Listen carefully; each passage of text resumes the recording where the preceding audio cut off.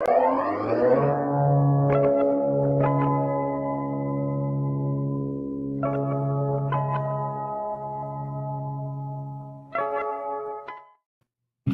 afternoon, everybody, and welcome to another episode of Indeed. It's the Independent Wrestling Podcast.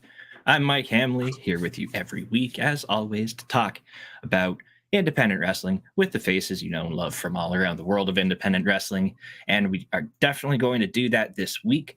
But before we do that, I just want to send some best wishes, strength, love, positive vibes, everything good to Andrew, friend that we know here on Indeed. You know him better maybe as Superstar Shane Hawk, Professor H.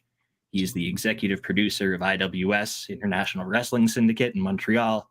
He's the head trainer at their dojo. He's a pillar of Canadian independent wrestling. Passion for the business, his students, everything is just unrivaled. He unfortunately has to step away from the ring due to some injuries, including a broken neck, amongst other things. So we've all been gutted to hear this news today, especially around the Canadian independent scene.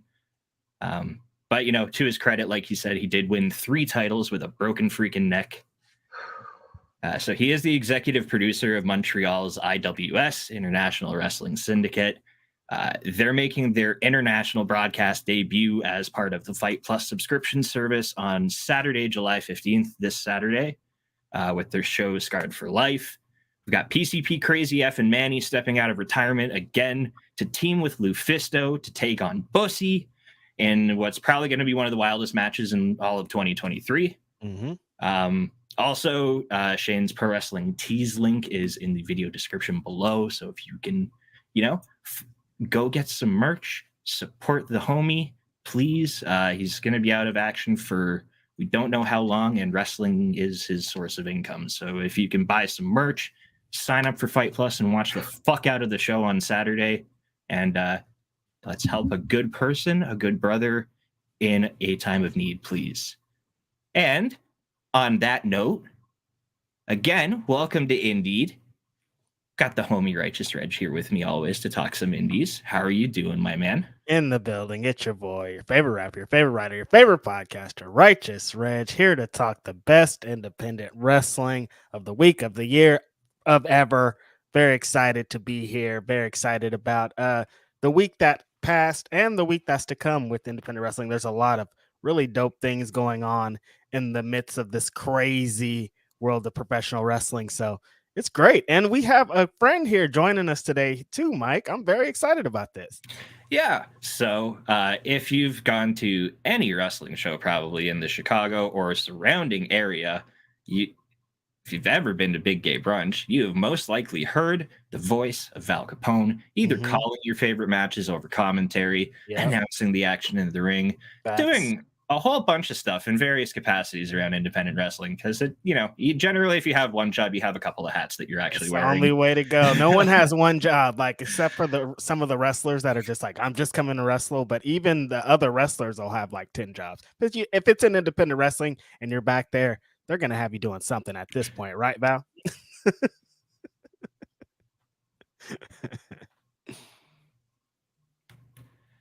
But so we have Val Capone joining us on the show today. How are you doing? Welcome to the show. I think you're the first guest we've ever probably booked out of chat, like on the show. Yeah.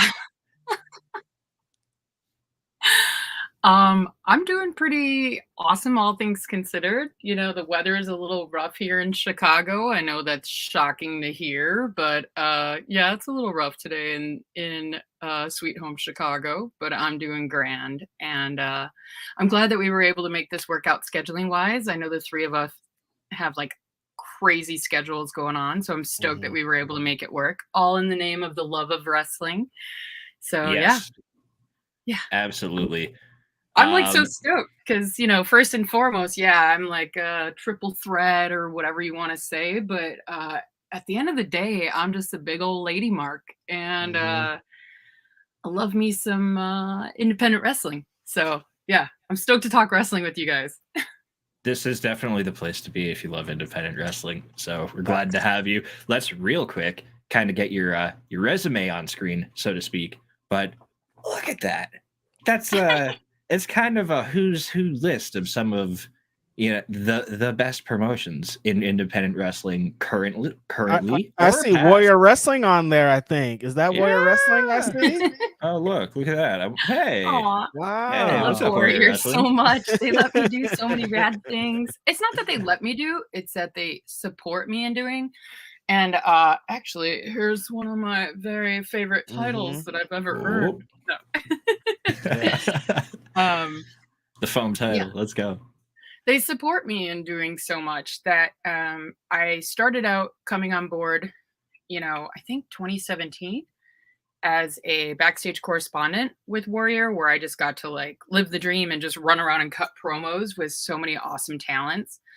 And then, Principal Steve or Steve Tortorello was just like, hey, Valfonce, you got some good pipes when you do ring announcing. You want to call the women's matches here? And I said, oh, I'm sorry, what? Mm.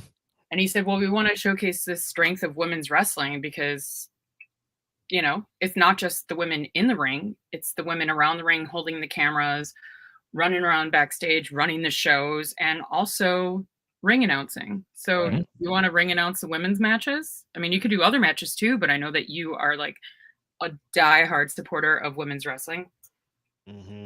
China. Love China. So yeah, Let's go. I would love to feature your very specific voice each and every time you want to be featured on a women's match or, and I was like, oh yeah. So yeah, I get to do it quite often. And I've had some really mind blowing matches that I've been able to call over the years with Warrior. And then that kind of led into, hey, do you want to, fill in for Rich, who is stuck in Gainesville because of the Pandamorama, and that's how I started on commentary. And now I have a whole nother career as a commentator. So it's because of Warrior Wrestling that I have new life after my roller derby career kind of wrapped up. So I love Warrior Wrestling immensely and forever and for always. So I've got a fondness for Warrior Wrestling for multiple reasons. One, obviously they like to book the lucha. Yes. Oh and yeah. I love like actual lucha. So that always gets me going. And then it kind of ties into something else I want to mention. But of course, they recently brought a dazzling young Canadian talent named Gabriel Fuerza down for a triple threat against Gringo Loco and Vikingo. And it's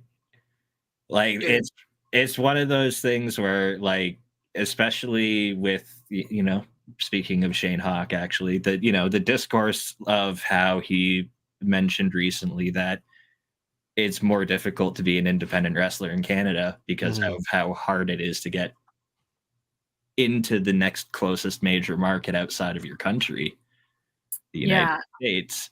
Whereas like wrestlers from the United States, it's super easy for them to come up here and get work. They don't need a whole visa to come up here like we would to come down there and all that. So for him being someone that's so talented, like if you go to any show up here, he's like one of the last 3 matches on pretty much every card. And getting an opportunity to go somewhere like Warrior, get some exposure to like a broader US audience that might have never seen him before if they like say only watch Warrior. They don't know who, you know what I mean? So like that's their first time getting to see Gabriel Fuerza, and he gets to like show it off against 2 people who he's definitely going to get to have a good match with. Yeah, I got to be honest. You said broader audience, and all I could think of was this broad, and I call myself that bride. This broad was like, I mean, I was just like slack-jawed for so much of that match because, I mean, between him, Vikingo, and Gringo Loco, what's not to love? Right. He was very, very impressive, especially with the 2 of those like honking names. I mean, he definitely showed out and showed up. It was amazing. Yeah, we got a bunch of people that good up here. They just don't get to show it like outside of Canada much. My watch started to chime in on the Your Even watch was like, Siri and was- also, yeah, Gringo Siri is came off really like, good. yes, we believe. Siri's like, this is a good ass show. Yeah, you should watch it. That's on YouTube. It's on Warrior Wrestling's YouTube. You can just go watch the show. Absolutely. I mean, Fuerza was fantastic. And I really hope that we do get to see him again here. That Warrior gets to see him again and that we get to see more of him in the States because he really is a talent that should be receiving more exposure. And I agree with you. It's so hard for Canadians to come down to the States and even probably to cross to Europe, I would imagine. Maybe not as easy. No, not really. It's like not that. Like it's no. Everyone I've spoken. I went to 2 shows over the weekend, and everyone I spoke to over the weekend about it, I did a little field research on the subject while I was at this weekend, and like everyone I spoke to that has had experiences with leaving Canada to go to Europe and also trying to go to the US, it was like in Europe is infinitely easier. Really? Yeah, you can kind of just like go over. You don't. It's like the U.S. is the only place where you need to get like the work visa to demonstrate that you can do the job better than somebody who lives in the country. That's why when Speedball got barred from the U.S. for 5 years, he was able to stay so incredibly relevant and still stay so sharp and at the top is because he just. Like he still got to wrestle all over Canada, and then he also got to go to like Japan and do a bunch of crazy shit in DDT and with like Mao and Keshida, and go over to England and do stuff there with like Rev Pro and Progress and all these British. So he, it's did like you just say Takeshita? Yes, I did. Also, demeanor change for Takeshita. Yeah, I can't blame you. Everything about him is perfection. I know I'm supposed to hate him now. I mean, I hate Don Callis, but like I know it's hard to hate him. Although I told him that like he's not allowed to have Cinnabon anymore because he's supposed to be evil. That is so funny. He hasn't had Cinnabon since he has turned though, so good for him for keeping that going. Is there like a rival cinnamon roll franchise in America that he could just like start taking up like the champ? He could start championing like another rival cinnamon bun franchise. Okay, so I asked him. I said, "I'm not supposed to talk to you anymore because like you're terrible now." And he was like, "So." And I said, and I'm also not allowed to bring you Cinnabon anymore because you're terrible now. And he goes, I want sugar donut now. Oh, that's what it is. And I was like, all right. Yeah. And like, as soon as I walked away, I was like, I'm not going to let him know that he got me. And I immediately started, I almost peed my pants laughing because I was like, he's still so perfect. He is sugar donuts. That's the thing. All right, where's Jeremy? Get the headline ready. Yes, Takeshita is done with Cinnabon. He wants sugar donuts. That you look like. Come on, Jeremy. Your wacky headline is built right into it now. The code has been. I really cracked. wanted to call instead of a Blue Thunder Bomb. I really wanted to call it a Takeshita-bon. Takeshita-bon. Because he's evil now. I like it. When he was doing Cole Radrick's, God, why can't I remember the name of the move? It's a ridiculous name for a move, but from Cole Radrick, who knew? Yeah, Lil Sebastian's curse, that move. Yeah. When Takeshita, started doing that, which he was allowed to borrow. He actually borrowed it from Cole Radrick, which was very cool that Takeshita borrowed a move from Cole Radrick. Right? But I was hoping he would have called it the Cinnabomb. The Cinnabomb. I wanted him to call it the Cinnabomb so bad. Yeah, he's wild though, and I love that he's just wrestling all over the doing independent dates in between all his AEW stuff too. Because that man can wrestle. It was his dream to come here and be an American wrestler. Like, how cool is that? And like, he's just so stoked to be here, even if he's evil. Like, he's so stoked to be here, just living the dream. And he was just like, I'm happy to be in America and I can't believe I get to do this. And he's just hyped to be a part of the independent wrestling scene here. You know what I mean? Like, it's so rad. Like, it's insane. He's been putting on some great matches with a lot of like young talent too. He's amazing. Yeah. Dude, did you see his match with Warhorse? I mean, it melted my brain. Yes, that was the fact that it's like out in the field too. Like you got it's not just in the field, but running hurdles. Yeah. Yeah. It's the environment for it is just like, all right, cool. He's probably felt like, honestly, like that. Thinking about it now, should have expected Takeshita to do some shit with her. Like it's so DDT, right? Like to be like, hey, let's do a spot where we run hurdles in the match. Like that feels like is like, yeah, I would have done this in DDT for sure. If we did a match to track, it was going to happen. It definitely plays into the history of what he's learned and what he's been taught. Yeah. Yeah. Absolutely. But, pretty funny.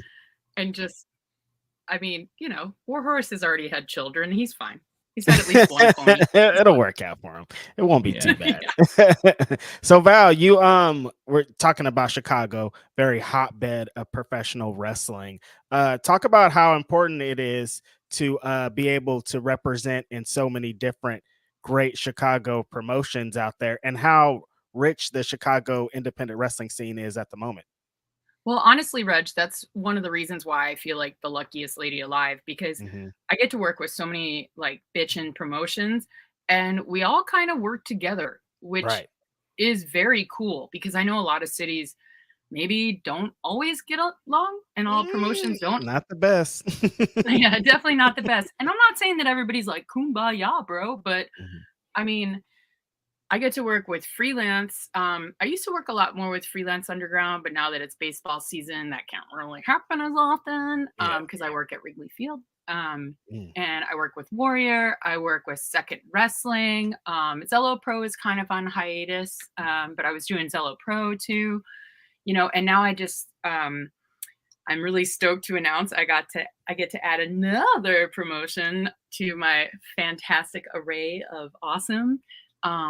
I'm making my debut with Dreamwave, which is a little bit farther south, but I'll be rocking with Dreamwave this August at their Summer Spectacular. They're having a really rad 6-person scramble on August the 4th, I want to say. Yeah, Friday, August 4th. So it's to determine for a Wicked Sweet Women's title opportunity, and I get to be the special guest ring announcer for it, so I'm super stoked. Cheap plug right there. And you can always get tickets on dreamwave.com, and you can always watch it live on IWTV. Yes. And it's just very cool because everybody wants to work together for the betterment of indie wrestling, because at the end of the day, like, we're all trying to lift each other up rather than just tear each other down. Like, there's no reason for it. Wrestling is good for wrestling. Like, let's work together. You know what I mean? And like, I started with AAW in 2016, and some of my best friends work there, and we all support each other. And like, Chicago style wrestling is an awesome promotion that a lot of my friends work at, and it's just really cool. There's like Gali Lucha Libre is here, and GCW comes through and works at Talia Hall, and Warrior Wrestling works at Talia Hall, and it's cool. Like, I love that we get this opportunity. And like, Circle 6 just ran out of Reggie's Rock Club, where I used to be a door guy that happens to be a girl. Like, I was head of security there for years. Like, how bitchin' is that? That is really cool. So cool. And so I just feel very spoiled or blessed, but not like in the Casey Navarro, Frank the Clown kind of way. No. But no, definitely not Frank the Clown. Gross. FTC, not for me. But it's like, Chicago has such an awesome wrestling scene, and we all try to be super supportive. Like, even in the burbs, there's tons of awesome promotions, a couple hours away or even 45 minutes away. and we all try to just be supportive of each other, or at least I try to make sure that people are supportive of each other. And it's just there's always so much more and more and more to do here. And I don't know if you've heard of like this promotion. It's like a young upstart. They run a lot here called AEW. And there's a lot of wrestlers that come through here. Never heard of them. I heard they don't. I heard they don't often go to Chicago. Yeah, no, they don't have a home base in Chicago. They like 10 don't shows go a to. year. They don't go to Chicago very often. They're technically based out of like this Jacksonville, Florida, but like also they consider Chicago home. And Florida doesn't exist to me. So one of their. Well, I'm pretty sure someone who wrestles for them is like one of the biggest names in all of Chicago. Yeah, I mean, Probably, I work in period. I don't know much about Chicago, but he seems like a big deal. Like a lot of people like him in beyond wrestling in Chicago. Well, I grew up in the punk rock scene, so like I'm very supportive of DIY music and punk rock. So you know, I like to support like independent stuff, like being here on Indeed, and so like I like to try to help the little guys like great AEW. Yeah.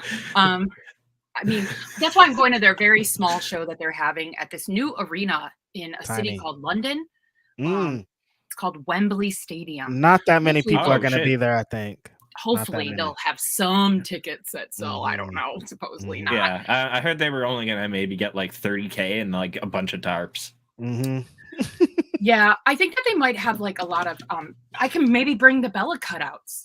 Yeah, totally. Yeah, that'll help. It'll expand. Yeah, but then the very next weekend, they are so bold that they're going to run again. So I'm going to support them that weekend too. But I'm also going to work this fantastic event. Maybe you've heard of it. It's the biggest, gayest, brunchiest weekend of the year. Yes. It's called Effy's Big Gay Brunch, and it's really the only show you need to go to. So there's that. Thank you for segueing so perfectly into something that I planned on bringing up very shortly anyway. This is great. No problem. Yeah, I'm happy that you brought it up. I actually, I didn't see an announcement last night, so I messaged Effy and I was like, can I talk if Val's working Big Gay Brunch this year, can I talk about it? He's like, yeah, go ahead. So he said you could. Okay, because I didn't ask him. I was like, oh, no, it's okay. It's okay. I ended up asking him anyway because so yeah, we had before number 6 in LA, we obviously had Effy on the show and we got to talk about it there, but we haven't got to get the perspective of somebody who's not like doing all the stressful like putting it all together, promoting it, booking it, all that, and somebody who actually is like just getting to be a part of it and lend their talent to the show. So what has been being a part of BGB been like so far, and can you kind of describe it for those of us who have never like taken part in attending one in person? Well, I put on a lot of glitter.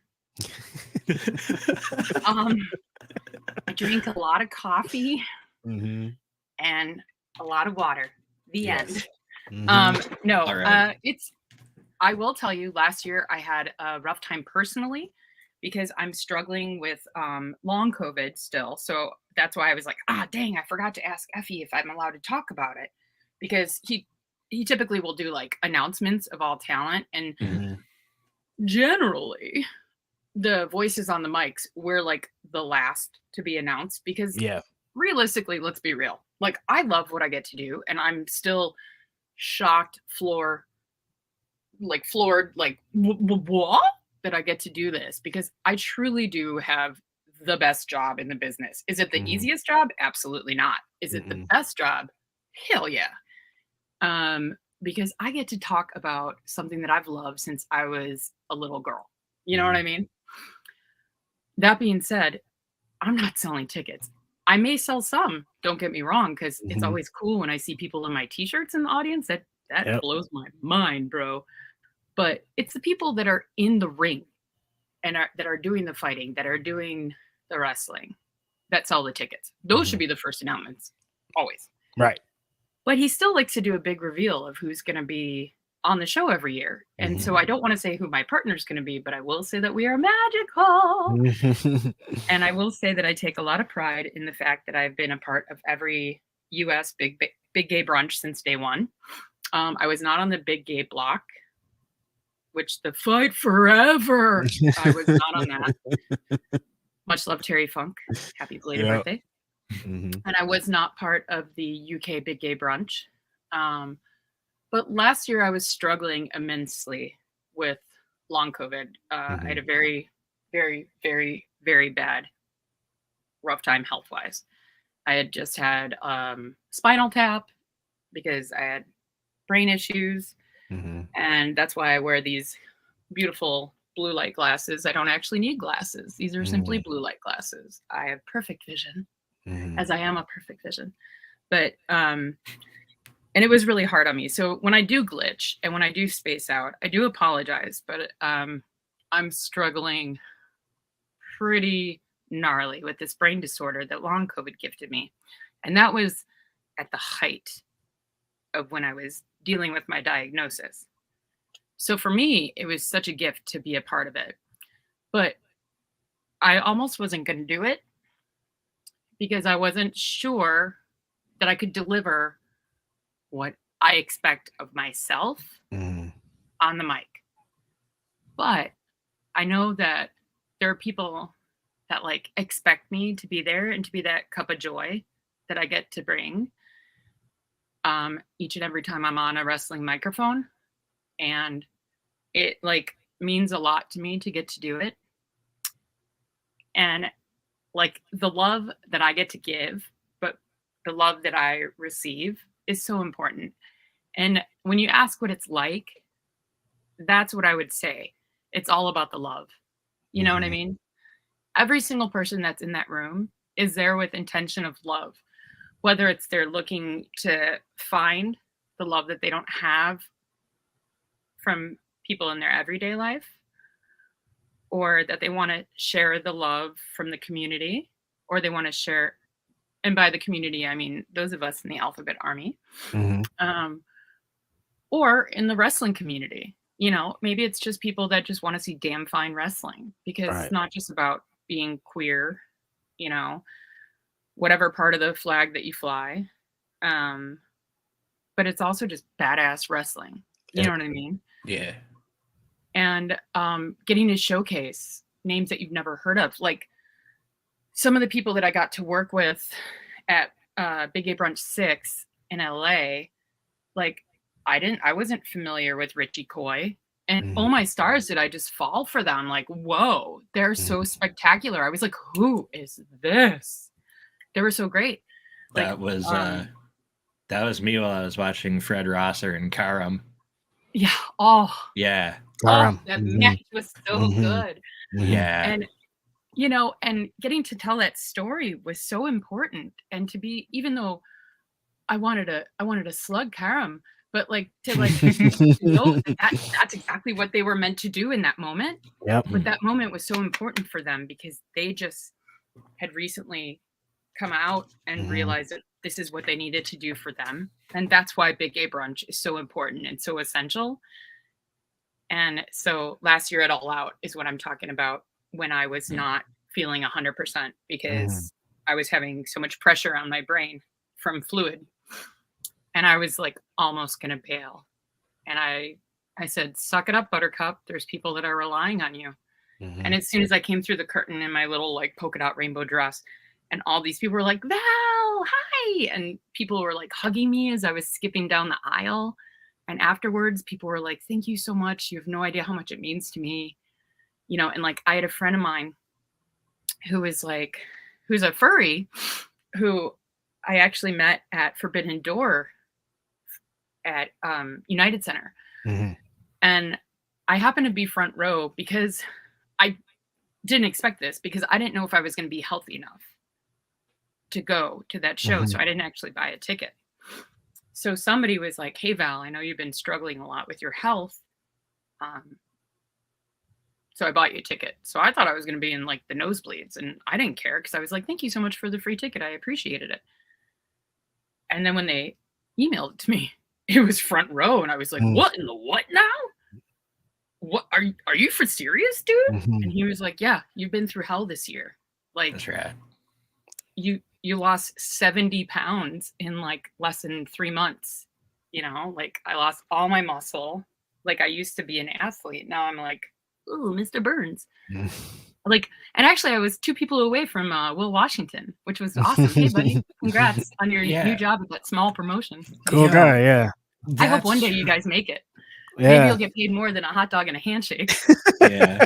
Yeah, that's right. I remember like there was a couple times the camera panned now, and I'm like, that's Val. But I'm like, yeah, Mhm. oh yeah, no, that That's was Will. also when Will was on screen too. Yeah, that's Mhm. yeah, shit. Yeah. And Good people. a person that I knew gifted me that ticket because they felt bad that I was like in and out of the hospital, and I got stuck in Canada when I first got sick, and I couldn't get back into the US. It was last year was an absolute nightmare for me. Wow, Mike, why couldn't you help? You got Look, Val just stuck out there in Canada. What's going I on don't- here? Yeah, I had to look, we don't I'm all not gonna get like, into it, but I like got smuggled back into the country. Look, Things we got Whoa, weird. whoa. we don't all just know Justin Trudeau, okay? We can't just all I thought make that's phone how this calls works. to Everybody's Reg. so I mean- nice out there. You're just like, hey, this is Mike, eh? And then But he it's wants like, to be we're good. Taylor Swift. So if you could Yeah, introduce oh, me to your prime oh. minister. Look, listen here. My daughter's like, Dad, if Taylor Swift can come to Canada, do you think I can go? I'm like, Can I go? so the Mike's like, get a job. the conversation was it basically went like I'd have to sell like an organ for you Yeah. to go. She's like, you only need one kidney, Dad. You I'll sell know, it to so me. I got 2. They're both probably It's- bad at this point. Let's be Look, real. I'll there's be some- She's making some good points. honestly, like I feel like kidney, I could probably get like 3 Taylor tickets. That's like me, my wife, my daughter. That's Oh. a fun night out. I only need one kidney. I'll take so your daughter. I know all Look. the lyrics. No, I don't know all, Let's go. I don't know all of them, but I know enough of them that I'm like, I want to go. I have bracelets to trade her. And then I, look, Mike, you give up the kidney. You don't have to get a birthday gift. You don't have to get a Christmas present. Like this is like a gift for like. Yeah, Let's no, take up a bunch of them. I think I've Wait, covered like not multiple true, years. Reg. Like I think I've cycled multiple years with like a with the Taylor Swift concert. If I Mm. if I Let can me pull tell that you, off.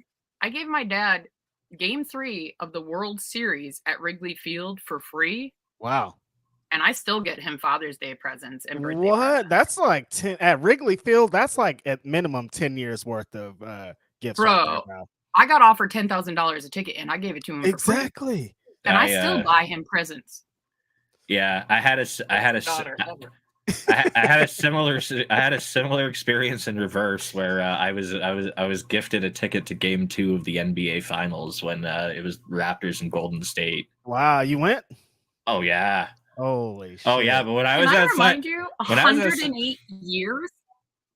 Yeah, exactly. That's what you need to be Yeah. telling your dad, Val, not us. exactly, like that's like for like that's like why for me I'm like, okay, I have to go. Like I have to go. Mhm. I might never. I've been watching this team since the mid '90s, and there's years where we won single-digit games in a season. They won.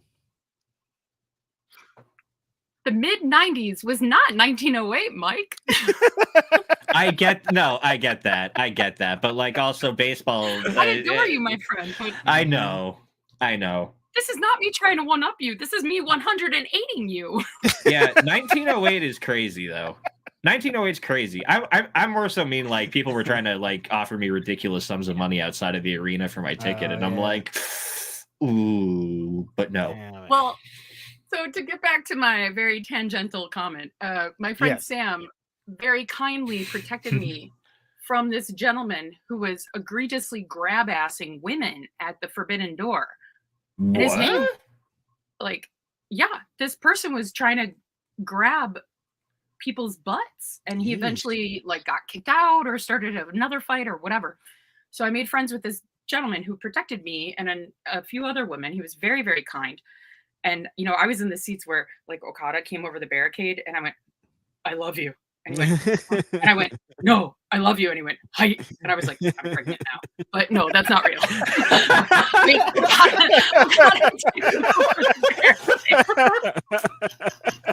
And I may or may not be having his baby eventually someday. I don't know. Probably not.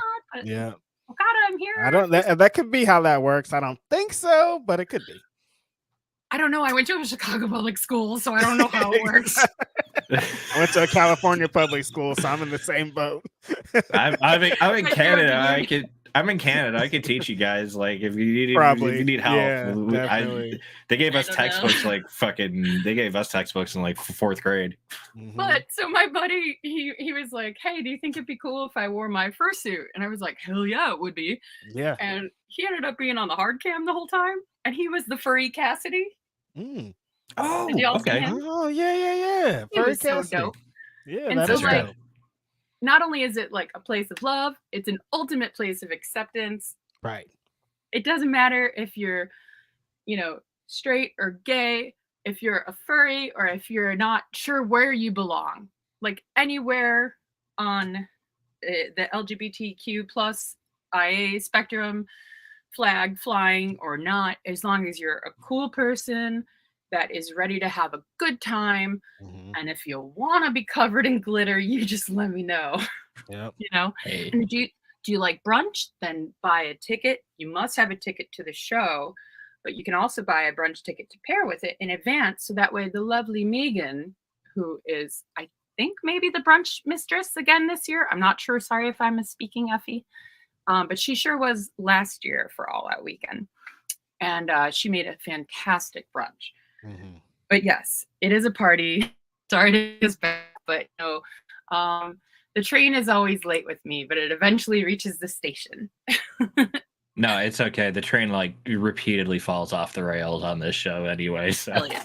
That's why I love your show. Yeah. I watch it all the time. Yeah. Are there other wrestling promotions running during that weekend? I'm sure there are. Honestly, right? I don't know off the top of my head, and I do apologize, but like I was in the UK for a few days because like I work at Wrigley Field, and the Cubs went overseas to play the stupid Cardinals. And so, yes, I said stupid Cardinals. What of it? Yeah. And so I went to go see the Cubs play the Cardinals and also see Iron Maiden in Dublin and then also in Leeds. So I haven't really checked because I wasn't even aware of the Big Gay Brunch announcement until I got home. I was like, oh, okay, cool. All right. I do know the answer to this question, at least Thanks, partially. GCW is running a show that weekend as well, obviously. One other show on Friday night.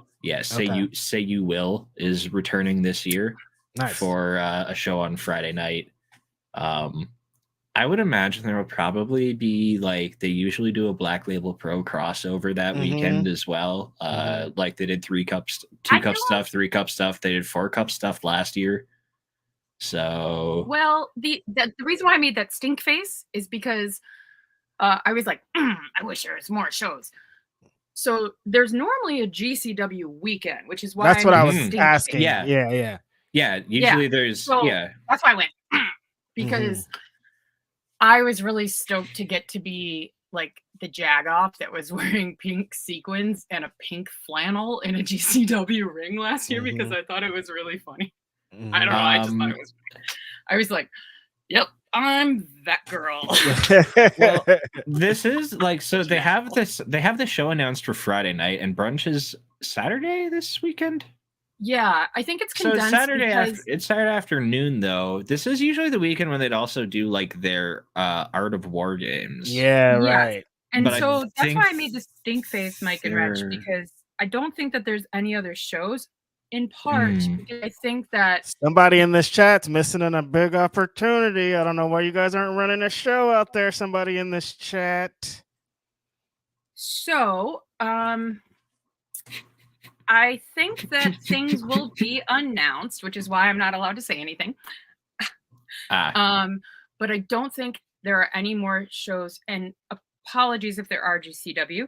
I don't think that there are any more shows coming down the pipeline from GCW, in part because of the 2 locations for that new young upstart promotion AEW.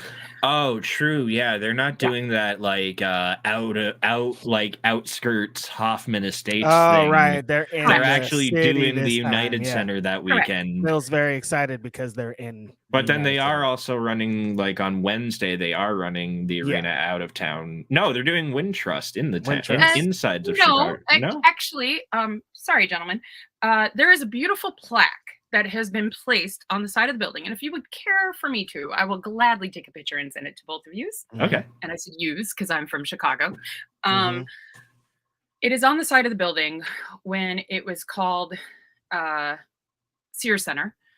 They may have altered it to be Now Arena, but it used to be called Sears Center. And when All In originally ran there, it was earth shattering, right? You know, like I'll take that bet. Hey, I'm all in. They just sell it out like clockwork now when they come there too. Yeah. So that's the thing is like, it's so cool, but it's also like, dang, we want to stay true to our roots, right? So I think, and this is just me in my little possums and squirrels, by the way, I'm wearing a possum tarot card shirt, just in case y'all are wondering. That's rad. Yeah, it says the trash eater because I'm a classy broad. So I think this is just coming from the possums and squirrels that live within my overly caffeinated brain. I think that they're trying to pay homage to the history, which is why the Wednesday night is there. Okay. Right. But because the crowd has grown exponentially, which is beautiful. Yeah. It's a wonderful problem to have. So now United Center is the destination. I mean, that's the next logical step, right? Because, I'm just using these numbers off the top of my head. For those that know I work at Pro Wrestling Tees, I'm only there seasonally because now that the pandemic is over, I work at Wrigley Field. That's my full-time job outside of working in the world of wrestling. Ryan Barkin was so wonderful, and Frank Spahik, happy birthday, Frankie. They were so wonderful to give me a job when Wrigley Field was closed. And if they ever need help, I'm always there to help. But I can't work there full time because I've worked at Wrigley for almost 20 years, and also. And it's Wrigley. Come on. Come on. Go Cubs, go. We're going to give that up. Yeah. And I only work every other week when it's baseball season, and I work in Arizona for 2 months a year. Let's be real. Right. The working in Arizona for 2 months a year sounds incredibly fun. Yeah, and it's February and March when Chicago's weather sucks. Best time to possibly leave the northern hemisphere. You're right, bro. Don't demonetize us, Sean Ross. I think we're deep enough in. We're good. We're all right, past, cool. I don't know how this works. We're past 20 minutes. I'm allowed to vape now, even. It's great. Okay, cool. Thanks, bro. Hi, Sean. SRS, you rule. Although Kate's better. Whoa. Shots fired. Or you don't support women. No, I heart SRS. Except for Joel doesn't support women. So Joel Pearl, I don't know. Just kidding. Joel also rules. But Joe's great. This has nothing to do with my my hometown. I love Toronto. So this has nothing to do with my time at Pro Wrestling Tees, right? I just help out there when they need me to. This has to do with my 20-something years working in punk rock and venues, and the fact that my dad is like a tour manager my whole life, and so just using my smarts of venues. They've outgrown Sears Center, Now Arena, but I think that they always want to pay tribute to their roots, and what a nice way to do it by having that show there. They have to move to Chicago, especially all the clapback that happened after last year with people being stuck out there for hours. I mean, it's when you're like when the building is that packed and it's that hard to get like ride shares and cabs and public transit out there, then there's like not even sidewalks in Hoffman Estates. And no Chicagoan would ever say this is Chicago. Point blank. None of us would. It takes 45 minutes to drive there without traffic, which is Chicago. There's 2 seasons, winter and construction, which means there's always traffic. Damn. Or there's 4 seasons in one day, which that's the other joke. But so like everything else probably is going to be Oh, magical pot pie, whoever you are, you're adorable. I'm wondering who that is behind the username. I feel like it's somebody who's like semi-familiar with you. I don't know, but if it's a weed reference, l'chaim, and We if got it's a food reference, l'chaim. they talking about earlier. They mentioned Tall Dad is worth. I believe that was in reference to your gift, or a surprise. Oh yeah, Tall Dad is way worth it. He's the Yeah. greatest human that ever lived, and also one of the tallest. And he made me watch something. Oh, I love you, Cholula. There we go. Also, my favorite hot sauce. Good sauce for real. I was like, hey, dude, so I'm going to be doing this show today. So if you need anything from me, just text me. Don't call me, please, because I'm his caretaker right now. Because unfortunately, my dad also broke his neck. But he's doing much better, everyone. Don't you worry. Good. And he was like, well, I just want you to watch this, kiddo. You just need to watch this. Inside edition. This lady almost was attacked by a shark, but this man scared it away. And this man isn't any man. He is instead WWE Hall of Famer, The Undertaker.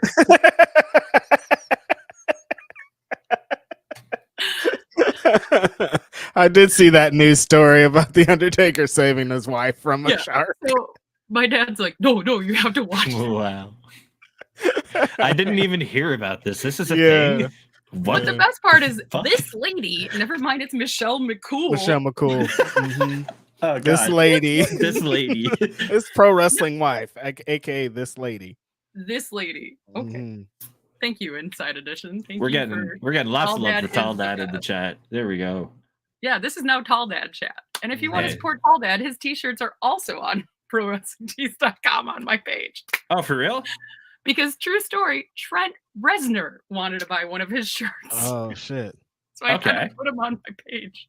That's rad as hell. You did mention he was a tour manager for a while, so I'm assuming that there's just like, ships passing in the night. They've crossed paths. We're gonna have to have a whole nother chat just about. This is great. Yeah. All right. Well, what I'm gonna ask you to do though is when we're done, DM me his Pro Wrestling Tees link so I can also put that in the description. Oh no, it's on my page.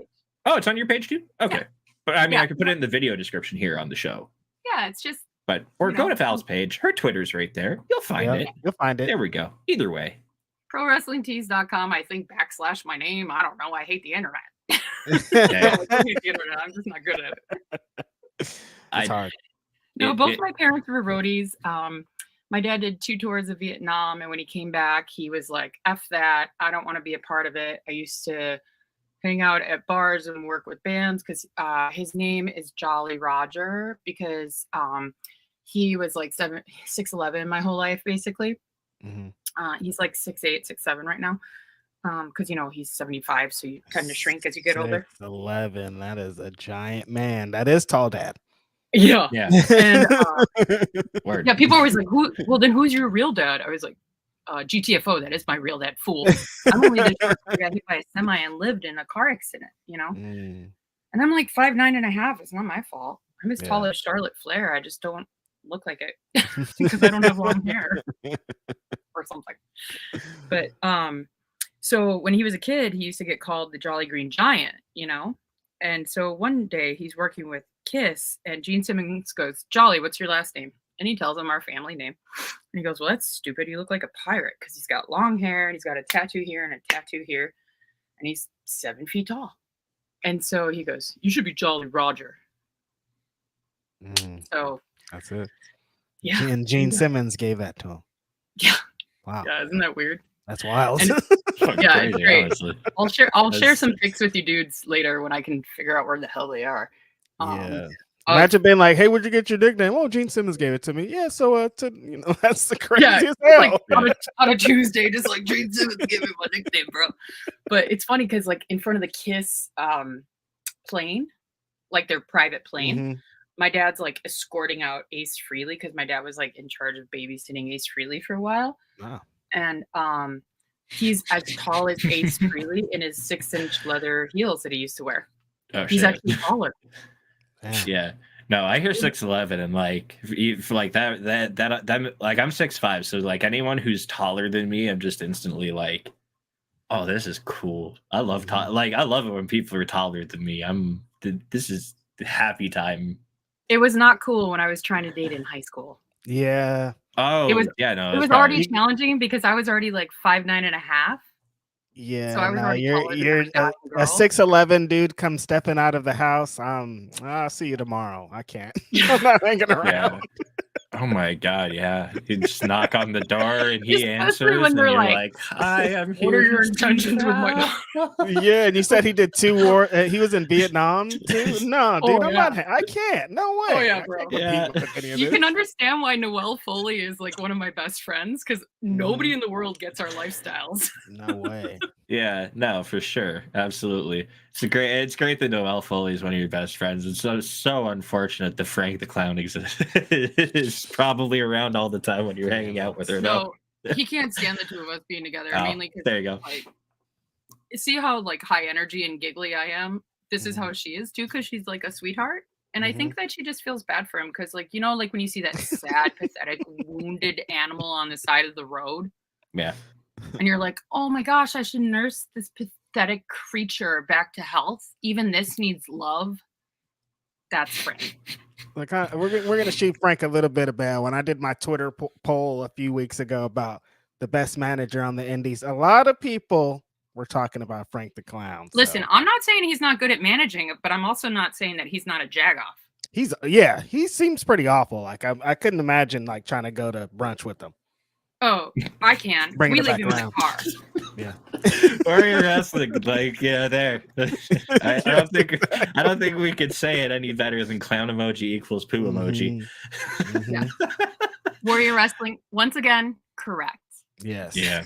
Shout out Warrior Wrestling. Thanks for coming and hanging out Seriously, in the yeah, chat no, with for us real. tonight. You guys are awesome. They always have my back, and they're so kind. And like, I love Warrior Wrestling so much. Like, seriously, one of the powerhouses of like independent wrestling for real, because it's so like the eclectic and iconic shows that they get to put on. And like, sometimes I look at the cards and I'm like, what the were they thinking? And then I'm like, oh, that's the magic. Like, really? I mean, this last show, Rich and I had the most fun on commentary.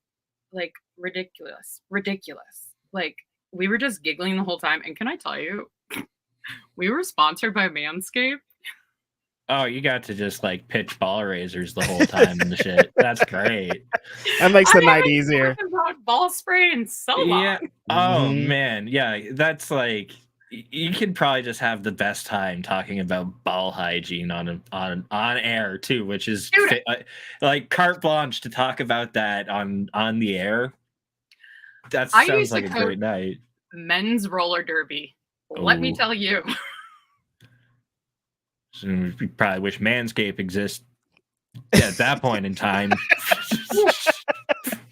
I used to coach Manscaped back here. A team out of Seattle, a team out of Chicago, and USA Men's Roller Derby. Oh shit! I have. When it first came out was at the end of my coaching streak. To be fair, no one does a lot of things like Val. That's why she's here. That's true. Like Val's that's why she has the job. Val's existence on this podcast started from when we had DM Stevens here as a guest, and Val happened to be in the chat, and he happened to just put over the unique way in which you don't get introduced to the ring like a Val introduction. It just it's its own experience, and then that's how. So yeah, that's the backstory on how we got here today. Anyway, and 53 minutes in, but Val was in our, and then you said you've been watching wrestling since you were a little girl. Did you have some? First of all, did you ever expect to be a ring announcer, and did you have any like favorites growing up? Like, how did you get here? Okay, so good call. Tall Dad, 100%. Yeah, like he's the reason for a lot of the things that I am today, and also my little Jewish grandmother. The two of them always wanted to make sure that it didn't matter that my parents were split.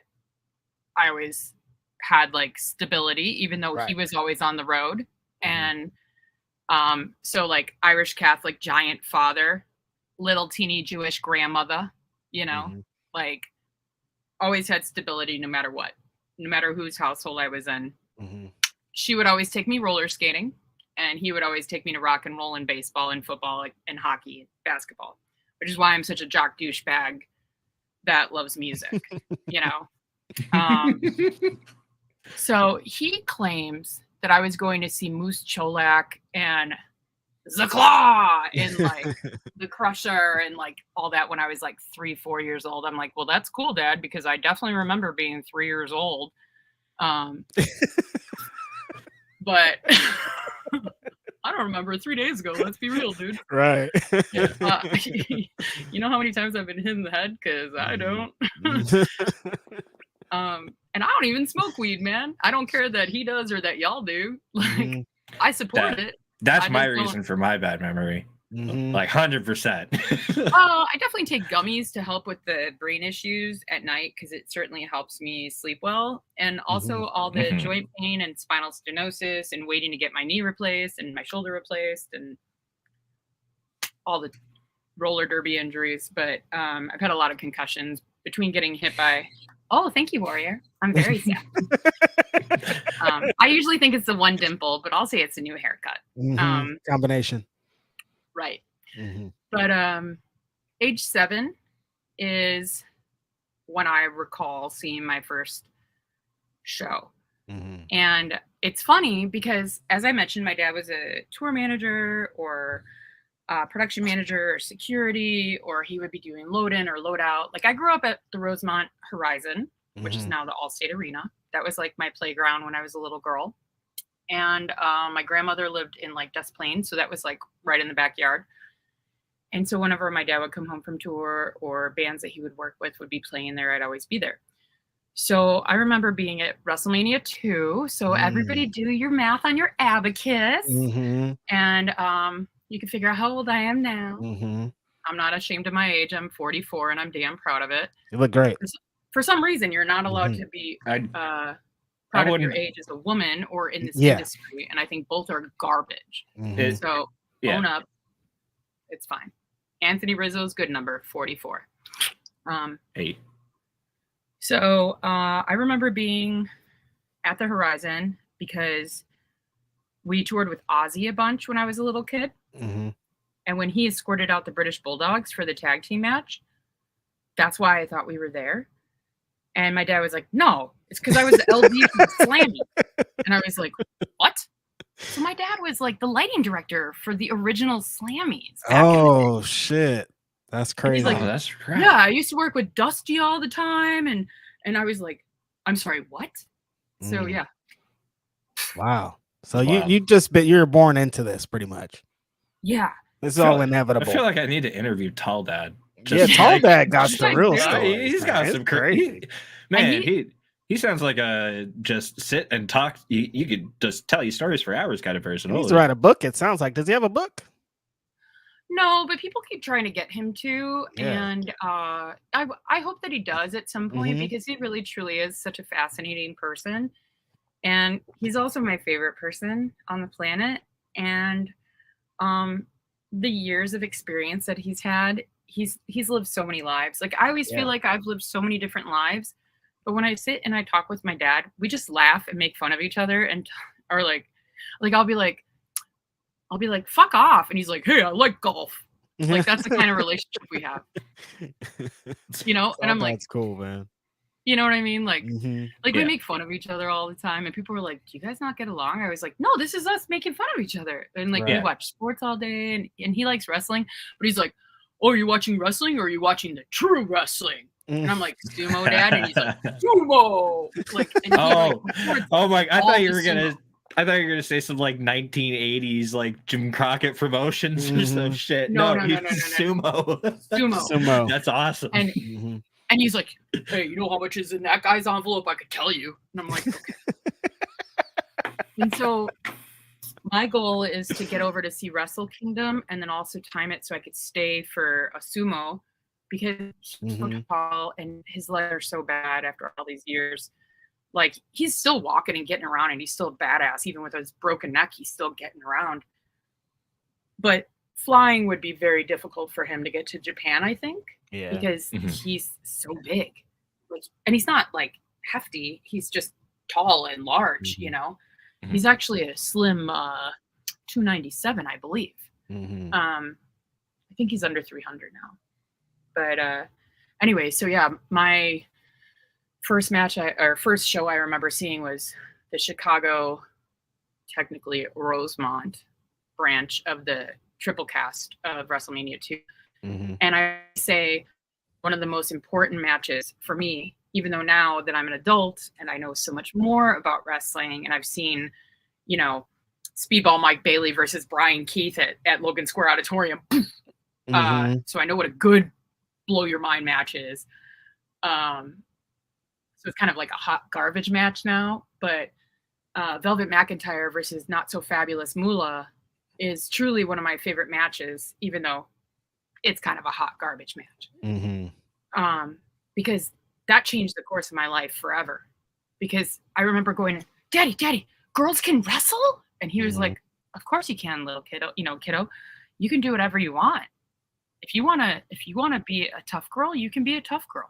And I was like, oh yeah, I want to be a tough girl. Like, and I still wore skirts and I would climb trees, and I still had my crystal castle right next to my Castle Grayskull, you know, and you know, it's all about duality. I can wear a gorgeous dress and I could still, you know, be a beer vendor.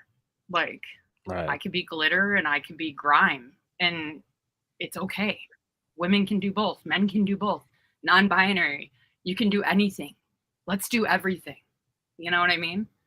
Like, let's just be who we are and be proud of who we are. And it doesn't matter regardless of gender or anything. If you're differently abled, find a way to do it. Like, I've had a lot of physical disability in my life, but it's never been a disability. It's just been a different ability. So, and it's very cool that Tall Dad and wrestling, and of course roller derby and punk rock and DIY has always helped me get there, and music and sports and life. So, I'm really, I'm a big schmaltz. I'm really glad you've brought up like the punk rock roots, because same, more to like hardcore punk for me, but it's something for me that helps with why I think I gravitate to independent wrestling so much. Is the environment of an independent show feels very much like going to like a punk show, or you know, like a small club show in a more DIY setting than it does to say going to Allstate Arena and seeing the Foo Fighters, or going to the United Center and seeing, you know, AEW or something like that. Do you find that connection at all too? Oh, absolutely. Like, I feel, I mean, don't get me wrong, I just saw Taylor Swift 5 times this summer, and Kiss is one of my favorite bands of all time. Oh, we'll get to Tay-Tay in a moment. But I feel so much more comfortable at like a DIY punk show or an underground hip hop show than I do at most large scale concerts, even though I was like standing on both my feet on one of my dad's shoes, holding onto his pant leg as a kiddo at like giant arena rock shows. You know what I mean? Like, that's how I was raised. Like, I was a roadie brat. So like, that's also home to me. But I definitely love the DIY vibe at independent wrestling shows. Like, it just makes the most sense to me. It feels like home, you know? So like freelance, we sell these t-shirts that say freelance is home. And it's so true. Like, every time I'm at a freelance show and I see the same people I know, and even new people that are becoming the same people I know, because you just give them the nod and they get it. And it might be their first and only show, but in that moment, you are like, this is awesome. And it's so true, because it is so fucking awesome that you get to experience that together. And hopefully they come back. But if they never come back, they saw that kick out of the ropes. You know what I mean? Like when the ropes collapsed. And I'm just going to reference this particular show again because it was one of my favorite matches that I've ever gotten to be a part of when I got to call that alongside KML, my commentating partner for the night. That Speedball Mike Bailey, Brian Keith match, like at Logan Square Auditorium for Freelance. I mean, that was like earth shattering. If you didn't know what you were in store for, that blew your mind. Could you imagine that being your first match ever? Right. Holy shnikes. Like that was That's like, that's I mean, I legit at one point was just making dolphin and having a baby sound.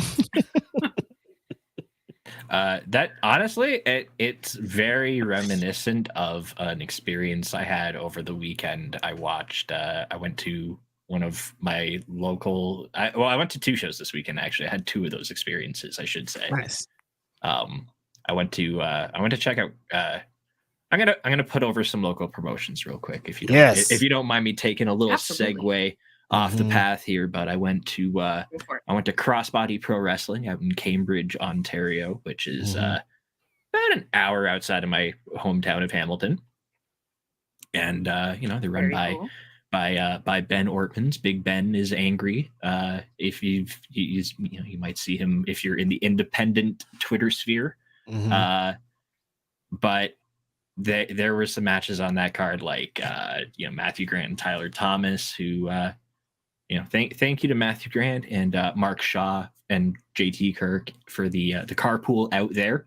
By the way, I appreciate that. But there were some matches on that card where I'm just like, this is my first time at Crossbody, and I'm like, all right, well, I can't wait to come back here. It was their season finale, but so September when they're back, I'm going. Like we're also you're spoiler, you're gonna see Big Ben on here sometime in the very early September. I can't remember the exact date, but he'll be here for their season premiere date when it streams. And then the day after that, I went to Courage Pro Wrestling in Hamilton, which was a little bit of a shorter drive for me. Got an Uber like 10 minutes away from my house. It was a good time.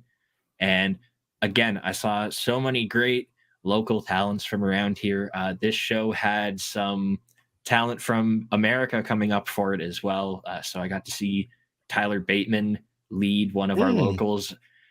He wrestled a young local wrestler from the Hamilton area, and it was great. There was a massive size difference. Like Bateman's like 6'8" or 6'9". Yeah, Bateman's tall. He's huge. He's taller. Like I had to look up talking to him at his table, so I know he's at least taller than 6'5". And Travis Moore is like 5'5", I think. Oh shit!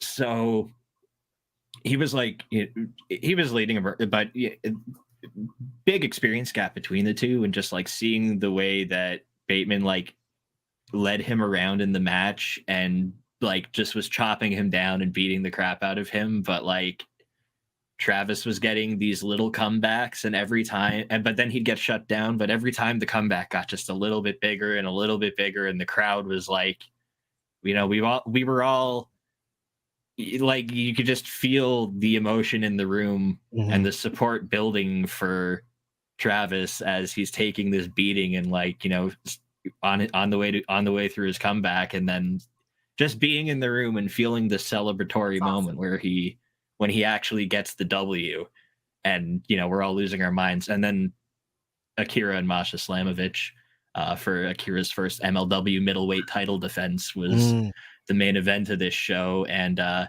was talking to Masha after the show, and she just mentioned that she's doing some she's been working on some grappling with people and adding some grappling to her repertoire. And that's scary. So basically, like, they use this match like to practice what she's been working on, and the first half of this match is just like the two of them chaining back and forth for like the entire time. She grabbed wrist control on Akira, and like she held on to it for a solid like 2 or 3 minutes through him making like a series of all these different escape attempts and like trying to counter it, and she just wouldn't let go of his hand. She always either had 1 or 2 hands on the wrist. It was so good. And then by the time they like took it around the ring for a little bit of like a rough walk around, and then got back in the ring to actually like get towards it. It was so fucking good. It was the best. Like I had the best weekend. So thank you, Crossbody. Thank you, Courage Pro. Courage Pro's show is taped for IWTV. It'll debut sometime early next week, to middle of next week. You have to see the Akira versus Masha match. Like if you go out of your way to watch any match off the show, like that one. what, like you the grappling in it is. I'm so lucky that I was like front row, like 10 feet away from some of the just most excellent chain wrestling I've watched in a long time. It was so nice. Anyway, yeah, that was my weekend. So back to That sounds bitchin' though. Yeah, that's awesome. Yo, it was awesome. Honestly, like I don't know. I think we all had pretty good weekends. Yeah, I know Reg got out to another good show this weekend. I saw a viral controversial clip that has been going around the internet. I saw someone get burning hammered on their head, and I lost my brain. Titus Alexander took on Vinny Massaro in the main event of West Coast Pro, of course. Talked about it on this podcast a lot, and they over-delivered. It was everything I expected and 10 times more. The intensity, the strikes, the suplexes, the super kicks, like the burning hammer, everything was just so intelligently put together. Such a smart wrestled match. Two guys that have so much history. And for Titus to come out of all of that as the winner and still your West Coast Pro champion was just like an amazing moment. And then to get that viral clip that everybody was either very upset about or very stoked on was a little cherry on top. It's like, well, I don't care if you guys are talking shit about the clip. Like, are you going to watch West Coast Pro after this? That's all I really care about. You know what I mean? So yeah, shout out to my homies at West Coast Pro. Really fun show. Also, Los Suavecitos and Adrian Quest against Kushida, Kevin Knight, and Starboy Charlie was ridiculous. Masha and Trisha Dora, great match. Masha went back to back because that was the day before the Canada match, I think. So yeah, she was just killing it that weekend. Also, from San Francisco to Hamilton, Ontario, Canada to wrestle, like, and her match, it was an afternoon show. Like, we were out of there by 7 p.m. Wow. Yeah, so yeah, she went right from kicking ass over here to kicking ass over there. So well, like if I think about it too, because I got home from the Saturday show, and like West Coast Pro, I put it on just after midnight my time. And that's like Masha and Trisha Dora was in the back half after intermission. So that was on app. Yeah. Wow. That would have been like 19 hours difference in like the time of one match to the other match plus travel in between across the continent. That is insane. Like no hyperbole. Masha is one of the best wrestlers, like top 10 wrestlers, period, genderless discussion on the planet. Also, can we just like talk about the fact that she wrestled Trisha Dora and then did that? Yeah, like, and then like she just wrestled some like local talent, unheard of, like Trish motherfucking Adora. Yes.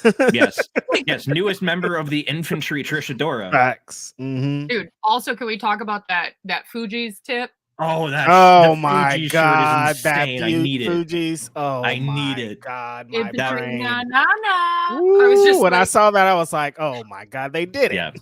Yeah. Like, no, that's I'm pretty sure I just peed myself right now. Yeah, seriously. No, that's brilliant t-shirt. Like that's design. Like, I don't know. Can I look and see if that's on ProWrestlingTees.com? Because that shit best be. If it needs to be, if it isn't. If it isn't, it's gotta be on like Shop AEW. I haven't worked there since December, so I don't know if it is, but it best be. I think it might be. I don't want to bother them right now, but I kind of got to put in a call if it isn't.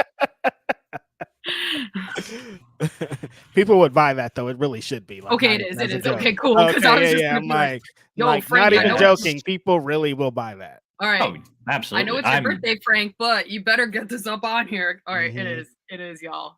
Sweet. That's awesome. Yeah, that's a dope shirt. What I'll throw one in from West Coast Pro too is the one I'll throw in from West Coast Pro 2 is Alpha Zone Jeff Cobb. Oh yeah, Oh. that guy Zoe did do that. Mm-hmm. That was good. That was very proud of Zoe for the performance he put in. Yes. Yeah. As I said, he's been dedicated to being in the gym 2 times a week, bettering his craft. But I mean, Jeff Cobb is just a fucking monster. At the end of the day, it's hard to. How could you? You can't out suplex Jeff Cobb, and I think Zoe tried to, and it just wasn't enough.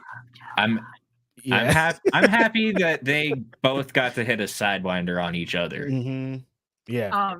Jeff Cobb was on the very first show I ever did ring announcing for. Mm-hmm. Wow. And I know, NBD. Wasn't Ray Phoenix on that or something as well? I think I shared a match graphic and you had like a factoid about it. Mm-hmm. Okay. Yeah, we were supposed to talk about this. Okay, so Ray Phoenix and Ray Oris were on. Okay. They're wrestling each other on Prestige, which is actually the promotion that I made my West Coast debut on for Roseland 2. Mm-hmm. So if anybody out there is listening and they're like, please will this person stop rambling? First off, the answer is no. No. Second off, until they say leave studio. The wrong show for that anyway. Mm-hmm. Second off, always take a chance on yourself or nobody else will. Okay. Facts. Because I just got this booking at Dreamwave because I said, pipe dream long shot, bro. And I slid into the DMs of Dream Shot and I said, hey, this match looks really dope, but I think it would be very cool if you had a special guest ring announcer that was a woman for this match. And I really think that she should be me. And if you need any of my stuff, here are the companies that I worked with, and I would gladly send you my reel if you need one. And the promoter, he responded back to me and he is so wonderful. He goes, no, I absolutely know your work. And I think that you would be fantastic. And I think you're right. And I think that it would be fantastic if she was you. And boom, shout out, Will. There you go. I'm booked. Thanks, Will. So, no, for Prestige, I had bought tickets because I really just wanted to go to the show. Oh, okay. And I did the same thing. And I said, hey, long shot, but do you need a ring announcer for this? Because I have a flight and I have tickets to the show. But since I'm going to be there, do you have a ring announcer? And Will said, no, but I'd love to give you a shot if you want to do it. And I was like, oh, down. So I just gave my ticket to a friend that lives in Portland and boom, now I'm part of the Prestige family, even though so cool. They have a fantastic ring announcer out there. And, I got to run gear for Mania Week and, no big deal carrying Aja Kong's robe was not at all a dream for me. Mm-hmm. No, why would it be, right? Yeah, but that's totally, amazing. Totally. But so Ray Oris and Ray Phoenix were both on the very first show I ever worked. It was September 2016. I was working as a ring announcer for AAW. Their ring announcer had a family emergency, so I got asked to step up because I was always lady marking out at the shows, and they knew that I did live announcing and also commentary for roller derby because I was a skater, commentator, and a coach. And so they were like, hey, do you want to step in and fill in for Jimmy D? And I said, I'm going to the show, but I have to work the Cubs game. But I guess I will totally not do my hair and makeup while I'm driving because that would be super unsafe. But I showed up in time and did it.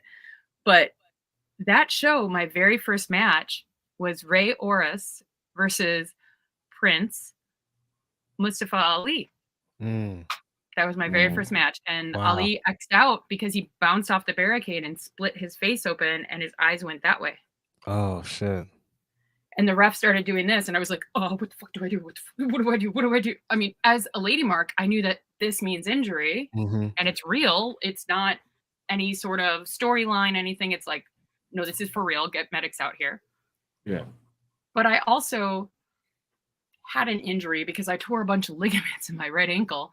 So I had a walking cast on, but I didn't want to not get the gig. So I just like super fiercely taped up my ankle, like an ankle lock. Oh, you took it off.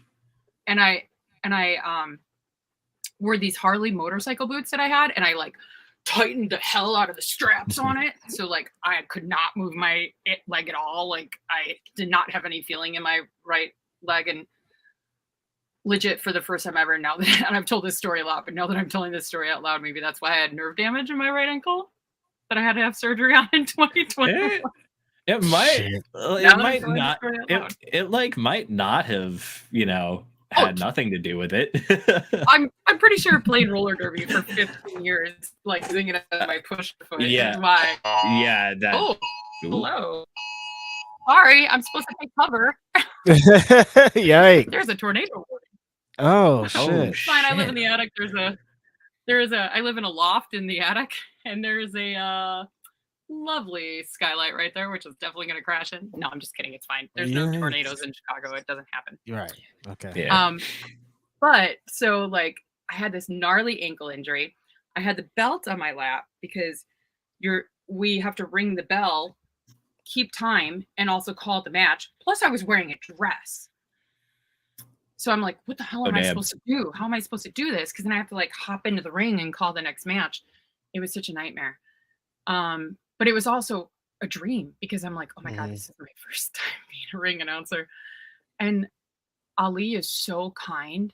He like came up to me and apologized because he knew it was my first time working a ring mic. And he apologized to me for having to call the match early. What a guy. Unreal. I'm like, dude, bro, you split your face open and you got a concussion. Right. But yeah, Ray Oris and Ray Phoenix. And then Phoenix and I only spoke Spanish to each other the entire show. Wait, you speak Spanish? Yeah, I mean, I grew up in Chicago. Mm-hmm. Sorry. There's a very large Latino population here, and my Chicago Public High School, it's primarily Latino, and I was one of 25 Caucasians, and I was the only one that wasn't Polish or Ukrainian, even though I'm Ashkenazi Jew, and it's from the Ukraine, but I don't speak Ukrainian. I am Polish and Ukrainian. Yeah, but so like a lot of my friends, the only way I communicated with them was in Spanish. So I mean, I'm very rusty since I very rarely use it these days. But I used to be fairly fluent in Spanish. Para güerita, in fact, my nickname in high school was Güerita, which means like little white girl. So when they actually said my name when I got my diploma, they said my name, and all my friends stood up and were like, "What's up, white girl?" So that was me getting my diploma in high school. It's something I don't think about in Canada. Is like, French is like go-to second language in Canada, and it's not like in the U.S. But my brain doesn't do the like. What about French? Oh man. All right, Val. Before I get you to tell people where they can find you at and plug all your shit, I gotta ask you, how many times do you think by now you've listened to Speak Now Taylor's version? Like ballpark. Oh, sorry, the weather's getting pretty bad here. I'm sorry. What was that last part? I was gonna say, but like ballpark number. How many times would you say roughly that you've probably listened to Speak Now Taylor's version by now? Oh, I'm an athlete, not a mathlete. All right.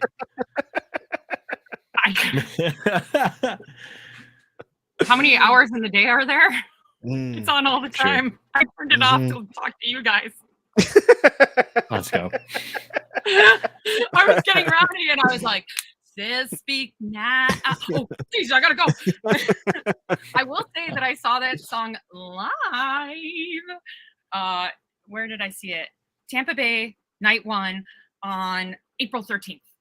And when I was walking about Raymond James Stadium, there was a few people that recognized me from Effy's Big Gay Brunch because I was wearing the dress that I wore last All Out weekend. I was wearing like the rainbow polka dotty dress, and they were like, "Oh my gosh, Val Capone, what are you doing here?" And I was like, "Oh, awkward," because I'm like a dweeb.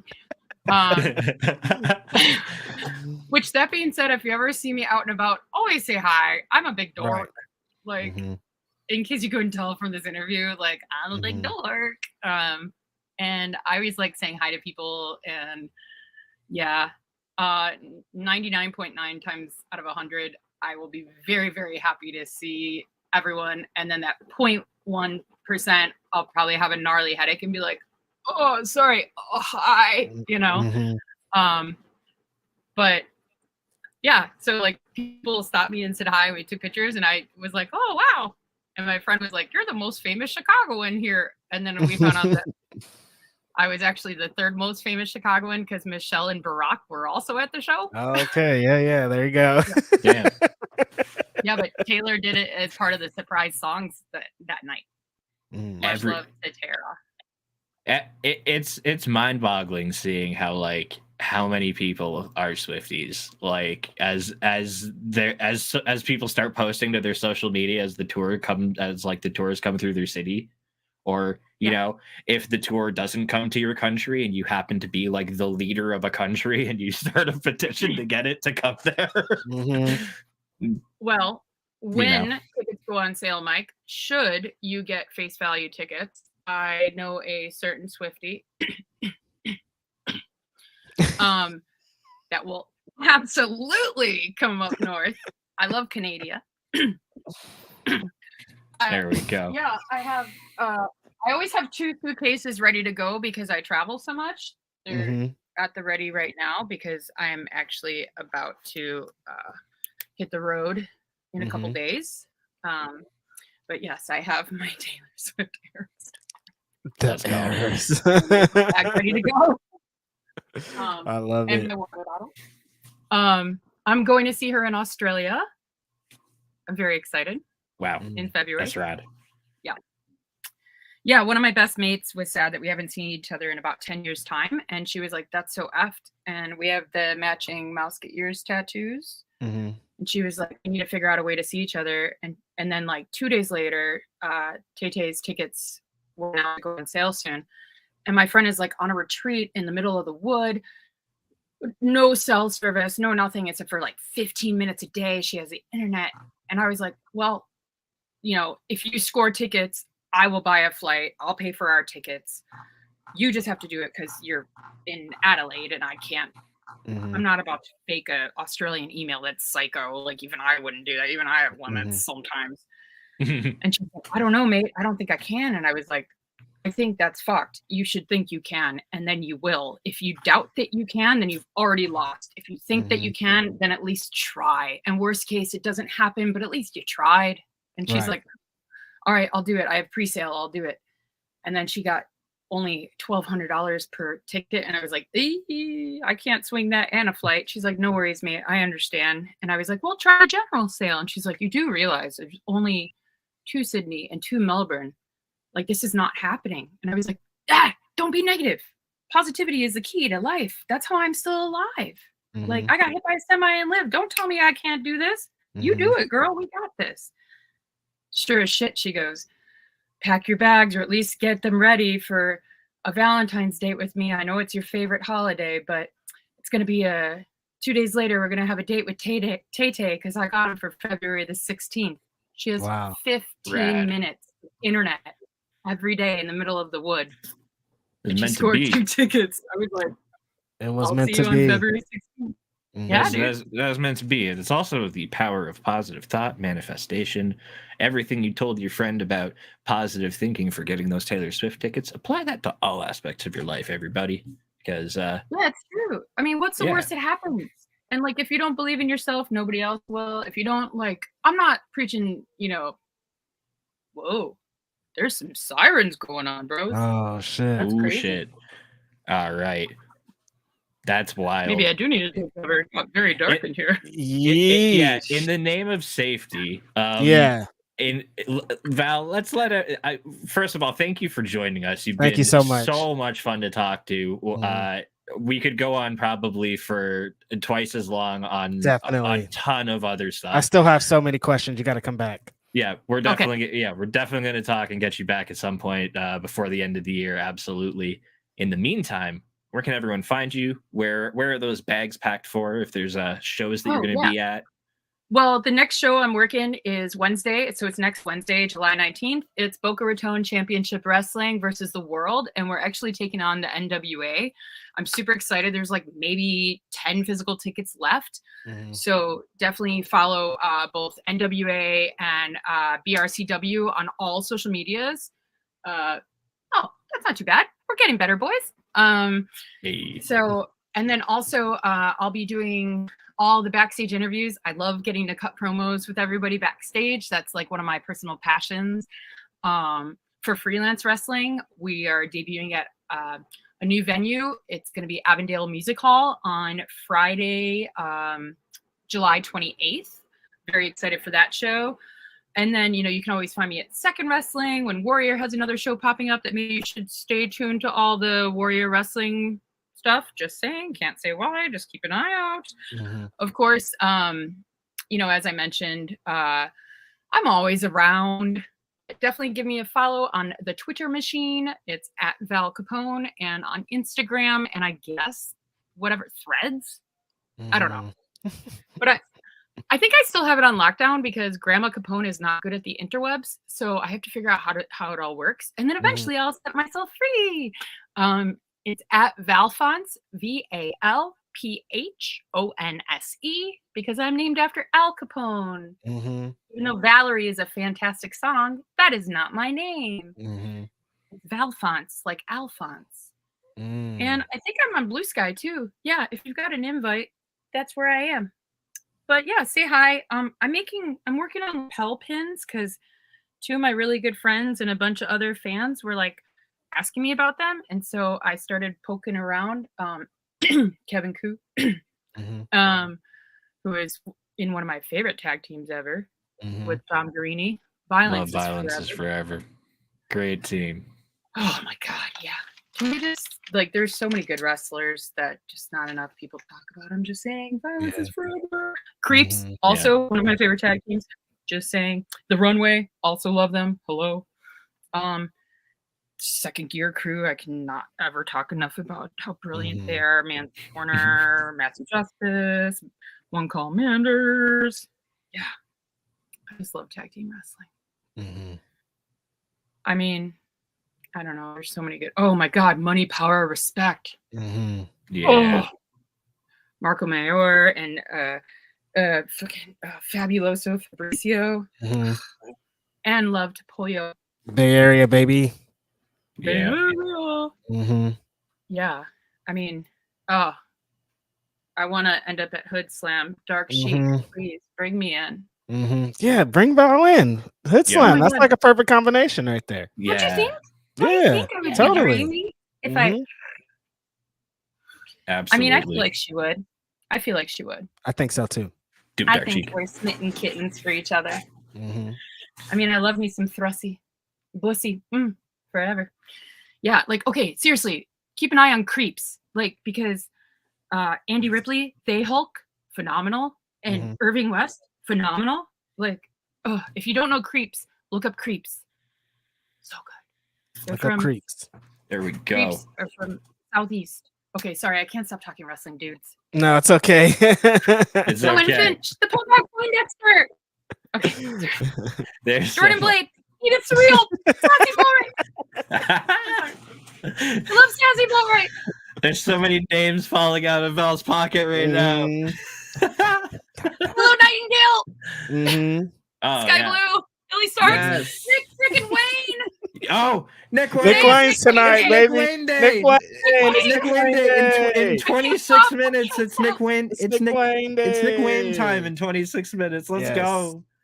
Oh my God. Every single name that you just heard come out of Val's mouth, find them on Twitter, find them on YouTube, watch some of their matches. Thank you so much. Yes. Thank you so much, Al. Thank you. Reg. Support women. She disappeared. Where'd Val go? China for life. Be a sport. Oh my God. Val, you've been so much fun to talk to. I love you, Beta. Yes. Veda's got somebody give her a job for fuck's sake. It's insane. Reg, where can everyone find you, my man? Today you can find me on the Speak Now Pro Wrestling podcast with Denise Salcedo on her YouTube page talking AEW Dynamite. Very excited about that. That's a weekly show. Every Saturday, you can find me on the Grapsity podcast with Philip Lindsay. I'm also on the Ring of Honor post show with Kate.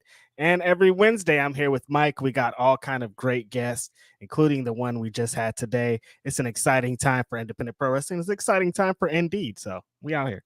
Yeah. And myself, always here Wednesdays talking independent wrestling with my wonderful co-host Righteous Reg. We've got so many guests coming up in the near future. DJ Tony D's coming up. We've got the Struggles coming up to talk some ECU with us. August 30th, we've got Dylan McQueen on the show to talk Big Gay Brunch a few days before the event. Early in September. Oh, well, happy belated birthday. And early in September, on the premiere night for season 2 of Crossbody Pro Wrestling Uproar, we're going to have Big Ben Ortmans here to talk about Crossbody Pro Wrestling. Once again, hit the merch link below for Pro Wrestling Tees to support superstar Shane Hawk. Watch IWS this Saturday as they make their worldwide debut on Fight Plus. Subscribe to Fight Plus. Check them out. They are they've been the gold standard of independent wrestling in Canada for 24 years, and the world gets to find out why on Saturday night. So please tune into that show.